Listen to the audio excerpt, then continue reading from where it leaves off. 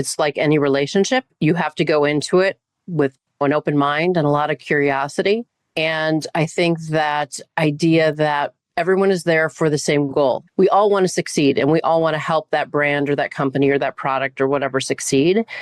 And so trusting your partners and giving them that ability to be innocent until proven guilty.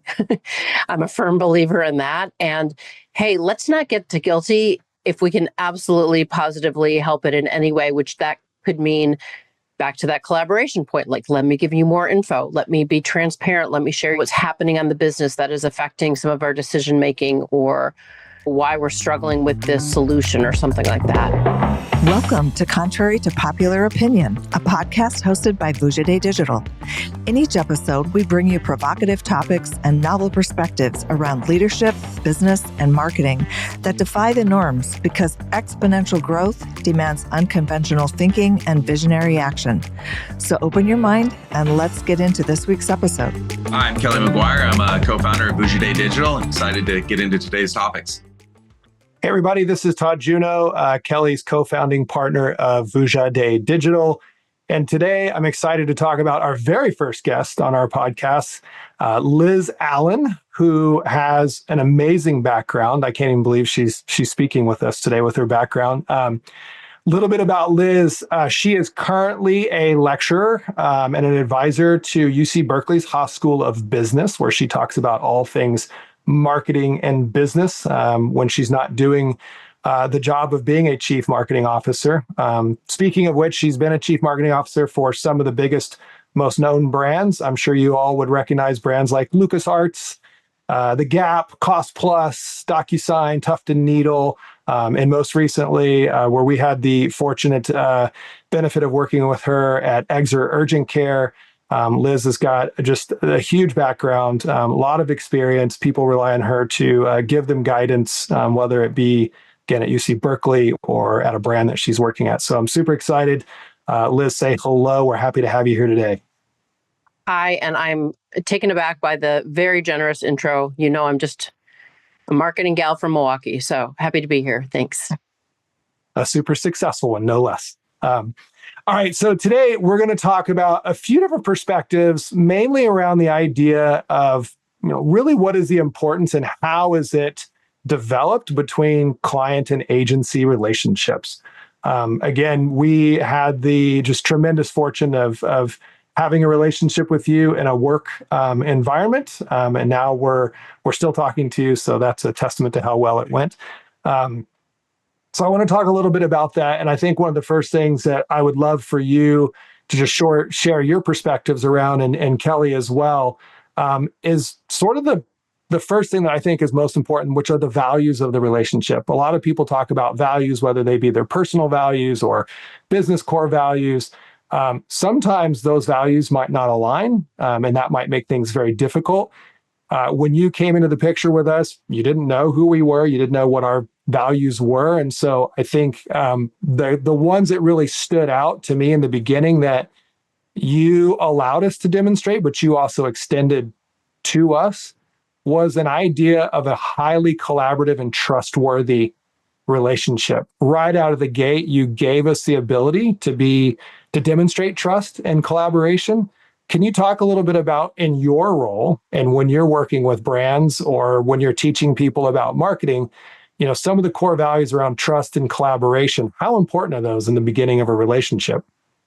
I mean, I think it's like any relationship. You have to go into it with, an open mind and a lot of curiosity.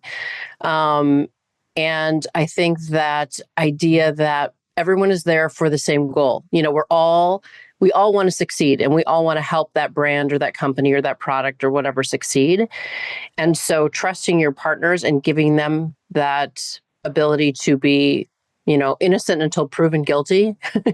I'm a firm believer in that. And hey, let's not get to guilty if we can absolutely positively help it in any way, which that could mean back to that collaboration point, like, let me give you more info. Let me be transparent. Let me share what's happening on the business that is affecting some of our decision making or, why we're struggling with this solution or something like that. So those absolutely are the two major components, I would say, and drivers of any relationship and partnership that's going to be effective with an agency, but even internally too. You have to open yourself up to that trust. You have to give people that opportunity to, surprise and delight and give them those materials and through collaboration to get there. A lot of people say trust is earned and not given. So what kinds of things did you feel like were demonstrated in the beginning that maybe earned the trust? It sounds like you were going to give the trust and hope to not be proven wrong later. But what sort of things do you look for in a relationship that demonstrates trustworthiness or builds upon trust out of the gate that you can go, gosh, man, that's solid. I can build on this. I can trust these people. Yeah, I think if people are going to, in an agency client relationship, our very first introduction, we had a standing meeting, and it was a lot of reporting and, factual data. And I think we worked really hard to push it to another place where we weren't just talking about the what's, but we were talking about the whys and then what else we could do to get it to another level. And I think we got there together. I would love to say, that was just my idea and I wanted us to get there. But I think, again, back to that collaboration, it was like, great, I can go report these metrics, but so what's the so what? So building that trust and really being able to ask and answer each other in that. Hey, so what? Those are great results. Oh, my cost per click is great. My CPA is awesome. My impressions are down, up, whatever, but my spending is down, up, whatever. So what does that mean? And how do I make it better? Take it to another level. And for me, importantly, knowing that this was the major part of my budget and where the most amount of dollars were going, it was critical for me to figure out how, honestly, to make you guys successful, to make me successful. So a lot of the conversations we had over and over were like, help me, help you, help me, help us. It was that whole Jerry Maguire all over in a lovely fruit salad, if you will. Yeah. So Liz, I'd love to talk about, obviously our engagement was very unique in that, it wasn't a linear journey and there was a lot of offline and a lot of factors in the business, that weren't always driven by media. I'm going to lead the witness here a little bit, but I know we tackled a lot of how do we take online results and digital results and how did you really package those up? And I know you had a board to talk to and some people to convince that, what we're seeing successes here is making a meaningful difference in offline and healthcare related information here. And can you talk a little bit about how that went about tying, again, media and digital results into not always, we weren't selling shoes where it was a direct linear transaction. Yeah, I mean, we should really talk about the fact that Exeter Urgent Care is an urgent care provider. And we had about, let's just call it 30 clinics at one point before a merger, which we should probably talk about at some point too, where we basically doubled the clinics, but we were dealing with 23 separate brands and bringing those into the mix. I think that when you talk about urgent care, and we were working with Exeter Urgent Care at the time, you can't necessarily drive urgent care visits like selling shoes. You can't have the hot new shoe on the market or like, hey, go cut yourself and get yourself into urgent care. There really is that need. But there was also some other opportunities for some primary care replacement that initially we were not allowed to talk about because of some business relationships we had. So we really had this bifurcated strategy of how to cement ourselves and be absolutely accessible when it was urgent and the need was there, like through paid search, and make that the most effective in all the tools we could, like PMAX and everything else, and seize anything and everything that was coming into play, test it. We did a lot of testing. But the other piece was laying the groundwork with awareness so that when you did hurt yourself, like you need a plumber, who are you going to remember? So that we had enough awareness in the market and how we balance that in a steady mix in terms of spending, but also evaluating the effectiveness of all those channels. So really looking at very myopically on a weekly basis is what we did. I don't know how you work with all your other clients, but I know I was definitely a little bit high maintenance in the let's really dig into this every week.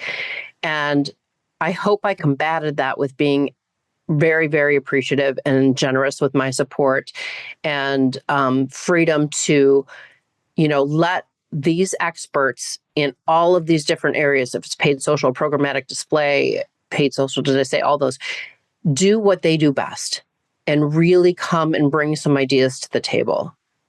So I hope I'm answering your question in that I think it's allowing your partners to experiment. And then in our unique challenge, we really had that bifurcated strategy that we had to, implement every day. Yeah, you definitely are. And you're leading it right to where I wanted to go, right? Because one of the things that you said is the help me, help you, help us. And that was something that I thought went really well in our engagement, which there was different layers of the organization. There was our relationship and our engagement and being able to really have some trust and some idea back and forth where there was some challenges of what if we did this and how could we do that and really making sure that we were exploring everything and not taking anything for granted, but then working with you to say, once we've agreed on something directly in that responsibility, that then has to be taken up to the board level and approvals and budgets talked about and gone to bat for. And then after the fact, there had to be that validation where we would take very, very complicated results and metrics and stories that would be very long. And we had to distill it down into something that was on one side, very powerful and compelling, but on the other side, very simple and short and concise, which was always a big challenge. So I think that collaboration between us working together to be the filter to get the buy-in and the trust is something that struck me is really powerful. And I think goes to show with the client agency relationship, how important there is to not just be an order taker and a service provider, but actually be able to say, look, we are rowing together in the same direction as a team. And that means that you'll have ideas and we'll have ideas and there's discussions to get to the right results. So. Absolutely. And I think we worked really effectively in that. I mean, we had an incredible rhythm, and it was a weekly touch base, really optimizing, each one of these channels, not just from a media perspective, or geography perspective, but also creative considerations. And I know initially we really just talked about the media piece, but quickly, I was very interested in the creative work and how we could, better amplify and solidify this brand in a competitive market, and give it a brand personality because we had just rebranded and hadn't launched it.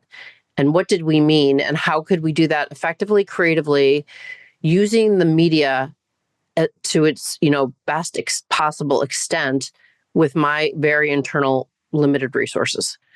And I thought your team, person for person, is worth, I almost don't want to ever mention their names so they never get poached because pound for pound, they are worth their weight in platinum and then some.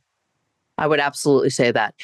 Like, I thank you for giving us the best of the bunch and giving us that attention on a weekly basis. It literally changed the business model.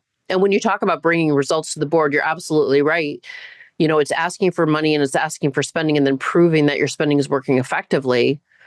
But you're always going to get somebody saying, oh, but let's explore TV or let's explore out of home or let's explore radio and some of the channels that still are a little elusive in terms of tracking. And if I have $5 to even spend on organic social, I know that I could get like 2 leads for that. So I don't know if I want to do that, and so what's my ROI there versus where I can prove that it's working? I would also say that, you really brought Keen as a solution to us. And one of the first things I did was investigate Keen as a resource. So it was a pretty expensive proposition for our scrappy little budgets, but it was really worth it to us to answer a question in some form, finally. How can we prove that paid media drives urgent care visits? And through we had to push them because they weren't used to working in a business model of our, sort of scope. They were used to more packaged goods and retail sort of solutions. But, we drove 23%. We could absolutely prove that our paid media drove 23% of visits at a minimum. And that's really, really significant. And I think that gave us some breathing room to go ahead and, really create a media strategy plan and execute as we saw fit and switch and pivot when we needed to without a lot of approvals. Yeah, you make a really good point there. Working with Keynes was really interesting because we had a history and worked with them in a more traditional model. And one of the things that I really appreciated working on it with you is because we were applying it in a less direct way, something that we weren't necessarily used to. It wasn't consumer packaged goods. It was a different model. And definitely you pushed them a lot and you made sure that you challenged some of their status quos. And I think ultimately it has since enhanced our engagement with them to be able to take what they've built out of the box, but also understand that there's some customizability to it. There's some application to challenge. Is this the right lifetime model? Is this telling the right signal? And we've since been able to engage with them and again, create a little bit more customization within these models that are so important in that reliability. And I think a lot of that was down to a lot of the conversations that you had with us and then also with them direct in asking, is this the right way to look at it? What does this really mean? Whereas I think a lot of times it would just be sort of out of the box. Again, that's that collaboration. That's that drilling in deeper. That's putting in that time and energy and that work that isn't always necessarily done. I'd love to ask you about one other thing that you'd mentioned. And again, appreciate the shout out to our people. It's certainly what we build everything and why we get to do what we do. But it brings up another good point. One of the interesting things about our engagement is technically you sort of inherited us when you took the role. You didn't necessarily go through our pitch and sort of sorting us between others, which again, we were grateful for and hopefully we justified keeping us around and why we were there in the first place. But, you mentioned the people that ultimately do the work. And this is the conversation that Todd and I always had, which is digital media is, for the most part, a relatively even playing field. Everyone, if you have the knowledge base and the experience, you can access the tools and you can access the things that you need to. Someone will sell you the licenses on all of that. And so really what it comes down to more often than not is the actual people that are doing the day-to-day work. And so when you're going through a pitch in your history, and obviously you get your salespeople and your new business people that are promising you the world and claiming all their awards and you're going to get the best of everything, all of that. How do you go through sifting through the reality and the noise of a pitch and deciding who is just promising me what I want to hear to get me to sign on the bottom line versus who's actually going to show up and do what I need? Because obviously all these brands hire agencies and it doesn't always work out. You hire a new one 6 months or a year or 2 years down the road because you don't necessarily get what you want. I'd love to hear your perspective on how you go from being promised everything you need to hear to what your real engagement experience is like and what that's been. I mean, it's so interesting because we just went through this with a technology solution for the business, and I won't go into detail, but yeah, the salespeople are amazing. And literally, I prepared tons of examples like, here's how the workflow works now. And can you recreate this? Yes, yes, yes. Could you show me an example of where you've recreated it so I can get close and I can visualize how it can work and all that great stuff? Sure, sure, sure. And then you get passed along the way. I think it really is important to say, could I meet the people who are working on my business day to day? And I think it's also challenging because some clients will say, I only want to work with the principals. And that's not possible, right? I mean, that is a luxury that not every agency can afford. And especially if you have scrappy budgets or a challenging business model or something like that. So you want to let those principals do what they do best too. So I think it's fine to say, can I meet the people who would be working on my business day to day? Can we have a quick conversation? You might know about my vertical. You might know about healthcare. You might know about retail. You might know about technology or education or all these, verticals I've worked in. Or you might not, and have a real where do you think the challenges are going to be? Yes, because you're right. You can apply, particularly in a media agency, you could apply a lot of solutions to the business. And you can look at GA and you can check stuff out. You can be probably okay. But you're not going to get that passion or that energy unless you're engaging and you are a great business partner too. This is not everybody come to me, I'm the client. Literally, you got to put in that time and energy to educate, to share, not just hey, here's the issue. We've got scrappy budgets and we're small, but hey, here's what's happening, with the flu. By the way, I hope everybody's got their flu shot, by this date or whatever. Flu season's coming, everybody. Just updating people on what's happening through the lens of your business to keep them engaged and thinking about you, even when they're maybe working on another client, I think is important. I'm glad you brought it back to that, Liz, because I was going to ask, I was going to take it back to the Jerry Maguire example of help you. The one thing that really stood out with you that I think our team just fell in love with was your willingness and your openness and almost just like this sensibility of being humble that you were right. Like most agencies would feel like you're the CMO. We just have to bow down to you. But you put yourself at the same level, eye to eye with us. And you put yourself in the game with us as if we were just all in the same org chart. And Kelly and I talk all the time about we are the principals and we are part of the workforce org chart that you get to work with. That's just unique to our business. Not all agencies can do that. But that level of accountability, I don't know. So if you're a CMO and you were speaking on a panel at a conference to a bunch of other CMOs, what would you tell them about how you think they should behave from a level of accountability and participation with their agencies in order to get the greatest value out of the agency and not come across as that I'm the CMO and, you should bow down to me? Yeah. I mean, honestly, leave your ego at the door. I mean, we're all here, as I said, to get the job done, and we're hopefully all working towards the same goal. And because of that, help you, help me, help you. The better I do, the better hopefully you will do.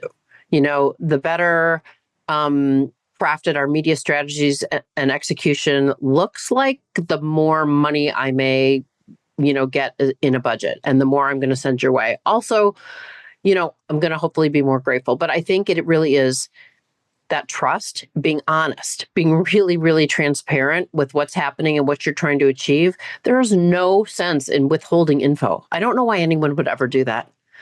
I should mention I worked on the agency side for the first part of my career, both in San Francisco and in New York. I have that agency sort of experience and remember what it was like. Sometimes people would be just total jerks, and it's not motivating and it's not fun. And their projects are maybe the last ones I want to work on at the end of the day, or I want to give to my team to work on at the end of the day. But the people who are grateful and thoughtful, and again, transparent, sharing information, take your agency on the journey with you. I mean, don't burden them if you can help that, but give them enough info so they can be successful. I think that really comes into play when we merged, when Exer merged, and we took on another 27 clinics, but again, 23 brands within those clinics. And so how do we add them successfully to the mix in a fourth quarter that is an expensive media quarter, that is right around the holidays, that is in the healthcare world, flu season? And how do we do that successfully with the same amount of budget, basically double the clinics, and now 24 brands?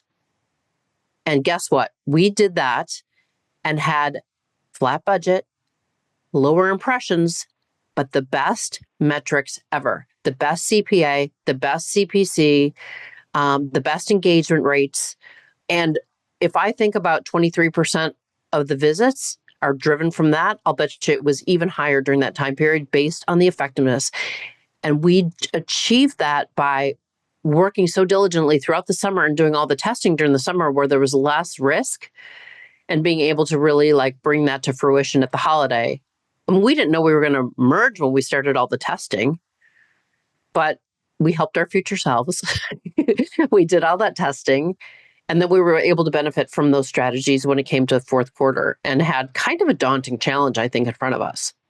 So I congratulate all of us and the team, the team behind us, really, because they worked their tails off and did that. I appreciate that. So I have two in the spirit of the topic, right? The client agent relationship. You said a couple of things that brought kind of two topics to my mind, and I'll go one by one here. So in terms of being able to align with the people and ask those questions of who am I really going to be working with? What does my actual team look like? I'd love to get your thoughts, because Todd and I talk about this all the time. This idea of big fish in small ponds and small fish in big ponds, and what that means. And again, I have two parts to this question. One is going to be fee and cost related. I'll save that for the second one. But as far as what is your opinion on aligning yourself as a client, your size of budget, your size of needs, with the size of agency and the profile of agency to be able to work with the right people versus, again, you can go with a big, well-known brand agency, or you can go with a small boutique agency, or you can go somewhere in between. Like, how do you navigate the matching yourself as a client with the right agency profile? That's a great question, because I've had to figure that out when I've rebranded companies, and I'm looking for big branding solutions and campaigns and things like that too, as well as media, because everything is separate these days. I think you do want a little bit of the attention, and I'd rather be one of those clients that doesn't get eaten up or swallowed or ignored. I'd rather be a little bit of a big fish in a little pond so that I'm important to the agency, truth be told. But sometimes when you're a little fish and you have teeny budgets that keep getting challenged, you have to be really thoughtful. And so I would never really just go for a name brand agency. Or I would always go with the people I'm working with. I mean, I don't mean to, I'm going to tell you right now, so don't rake me over the coals in negotiations, but anywhere I go now, I will always try to work with you guys again. This was the best working relationship I've had with any media agency in my decades and decades career and decades as a CMO and chief brand officer. So hopefully I will not be too small or too big to work with your team again. I think you do need to, back to the question too, I think you do need to figure out what their, as Todd mentioned in the beginning, what their values are. And I tend to move really quickly because I like to iterate and pivot when we need to. And really growth is all about moving quickly so you can see those results. We don't have the luxury of doing it so slowly anymore. So speed is important for me when I have clients that can, or agencies rather, that can move sort of at the speed that I move. I think that's important, and be responsive and available. So you weren't prompted for that answer, but that's kind of where Todd and I always end up landing a lot is again, look at, I never really understand why a brand would want to be a small fish in a big pond. I get the name brand recognition. I gain the cachet to that. But at the end of the day, again, you want to matter and you want to be important to the people that are in there, because again, when push comes to shove, you want that attention, which leads me in sort of my last question, which is around a pretty challenging conversation that happens between clients and agencies these days. And that is fee and compensation and structure. And right, we all, from the brand side, you're looking at what's the right profit and loss number for you guys. And on the agency side, we have resource allocation, all of that.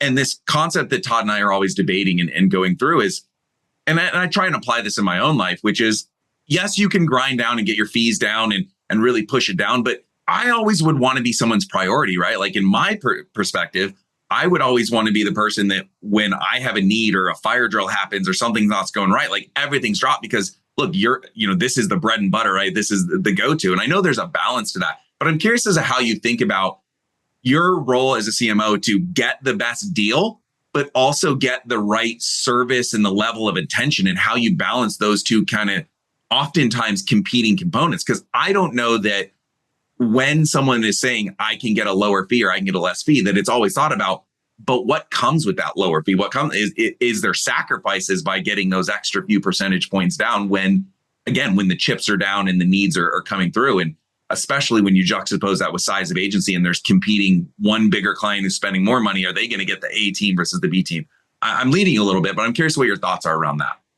Yeah, I mean, I think you pay for what you get, and my dad would always say, buy quality and you'll never be disappointed.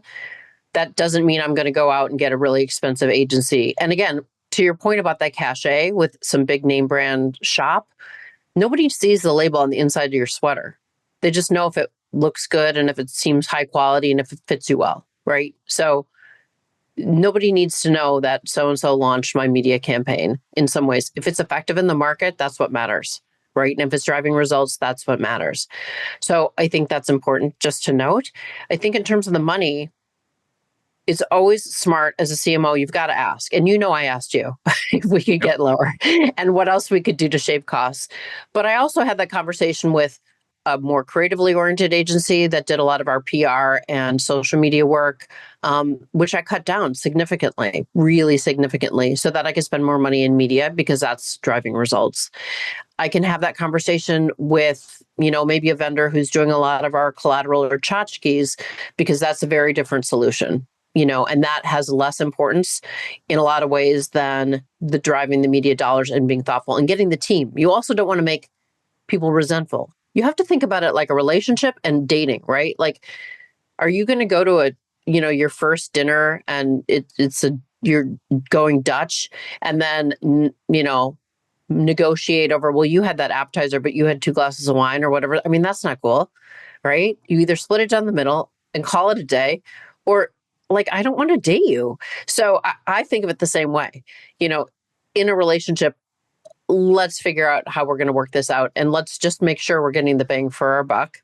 And you're right. Like, you want to have that group be on call and be available for you. But I think part of it's the money, but part of it's also like, are you treating them fairly? Are you treating them like people? Are you having those, conversations with them where you recognize that, Bruno got a haircut? See, I now revealed one person and now he's going to be poached. Yeah, I think money's important, but negotiate where you need to. And for me, you guys were such a critical business partner. I considered you part of my team. Sometimes, like, you were the people I talked to more than anyone else. I'm a very small team on a daily basis because I had so much work to do in, preparing for a board deck, for instance. I think you used the right word in there that I think Todd and I always try to get to, which is it's fair, right? There's, of course, as a client, you don't necessarily want to be someone's cash cow. That's maybe not right. But you also maybe don't want to be so ground down that like every little thing becomes out of scope or a big problem. And I think when you come down to fair, you want to be a healthy priority to it, but you also want to make sure that you're getting that value exchange, right? What you're getting for the money you're spending is worth more than whatever that check is. You shouldn't feel, Todd and I always joke, no one should be upset about whatever check they're writing us because they should feel like they're getting more than that in return. So yeah, no, I think that word fair in it is really good, but I think that sometimes gets lost when someone's waiving, a 5% media fee or an 8% media fee. It's like, wow, can I really get that? But, I think you also said what we always say, which is you do ultimately, you get what you pay for when all things are said and done. It's no different than anything else in life. So, yeah, I would say that just one quick other thought, like our working relationship and how we did our back and forth and just updates and, let's dig deeper into this and let's really talk about some testing scenarios and, all the resources that you guys pulled in when we needed them. That was basically just so incredible and so important. And I don't know that I could expect that or would have enjoyed that with any other agency. I think we really grew to that relationship. But honestly, the gift with purchase really is the personal relationships that we had and really having that camaraderie and really like our Thursday meetings were my favorite meetings of the week, right? Looking forward to getting on a call. How's everybody doing? A few minutes of that. And then let's jump in. But we were making changes and we were driving business and we were like seeing the results. It's like, redecorating a room or painting. It's like you can see the changes. It's amazing, And then when I would do the quarterly analysis and step back, I'm like, do you guys even know? You're looking at it weekly, monthly, but I just stepped back and did a quarterly and like, congratulations. Look at you, it was great. Well, thanks for sharing that, Liz. That all did work to that level of degree, I guess, is a testament. The work that you were shepherding along with us is up for top 3 finalist award of the performance campaign of the year through Media Post. So I think that's a kudos and a testament to the relationship. And that's sort of where I want to leave this, where we started, which is agencies and get hired by clients and brands hire agencies all the time. I don't know how often the relationships blossom as well as the one that we've had. And I think as a testament to that, the work excelled.